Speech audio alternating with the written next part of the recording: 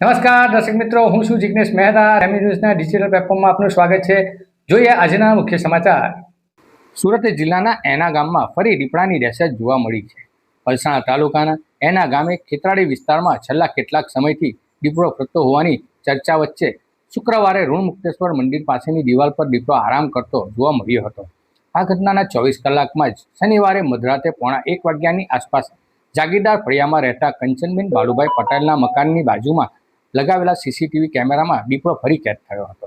સીસીટીવીમાં દીપડો દેખાતા રસ્તા પર બિંદાસ બેઠેલો હતો અને ત્યારબાદ મકાનની દિવાલ કૂદીને જોતો જોવા મળે છે. રહેણાંક વિસ્તારમાં મધરાતે દીપડાની લટારથી ગ્રામજનોમાં ભયનો માહોલ છે.